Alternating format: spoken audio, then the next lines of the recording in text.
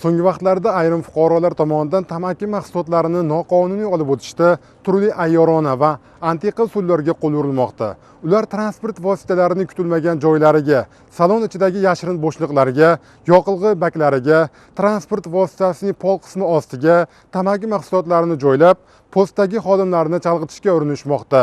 Biroq olib borilayotgan kuchaytirilgan nazorat tadbirlari natijasida bunday urinishlar o'z vaqtida fosh etilmoqda. Farg'ona viloyati bojxona boshqarmasining Farg'ona chegara bojxona posti orqali qo'shni davlatdan kirish yo'nalishida harakatlangan Hyundai Porter rusumli yuk avtotransport vositasi belgilangan tartibda bojxona ko'rigidan o'tkazildi.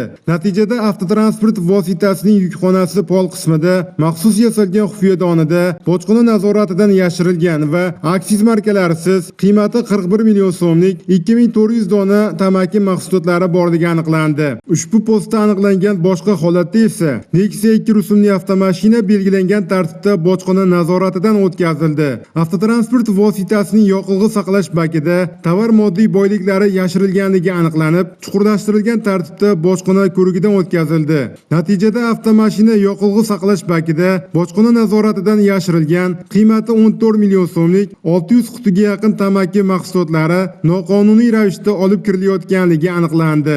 Boshqarmaning Rishton chegara bojxona postida ham tamaki mahsulotlarining noqonuniy olib kirilishi bilan bog'liq holatga chek qo'yildi. Mazkur post orqali qo'shni davlatdan kirish yo'nalishida harakatlangan Spark rusumli avtotransport vositasi post xodimlari tomonidan ko'zdan kechirildi. Xodimlarning og'zaki so'rovida ma'lum qilinmagan avtotransport vositasining saloni old torpeda qismi ichiga hamda ostki qismidagi karnizlariga yashirincha joylangan qiymati 30 million so'mlik 750 qutiga yaqin tamaki mahsulotlari borligi aniqlandi. O'tkazilgan bojxona ko'riklari natijasida avtotransport vositalarida bojxona nazoratidan yashirilgan umumiy qiymati 85 million so'mlik 3800 qutiga yaqin aksiz markalari bo'lmagan tamaki mahsulotlarini chetdan noqonuniy olib kirilishiga chek qo'yildi. Hozirda mazkur holatlar yuzasidan tergovga qadar tekshiruv harakatlari olib borilmoqda.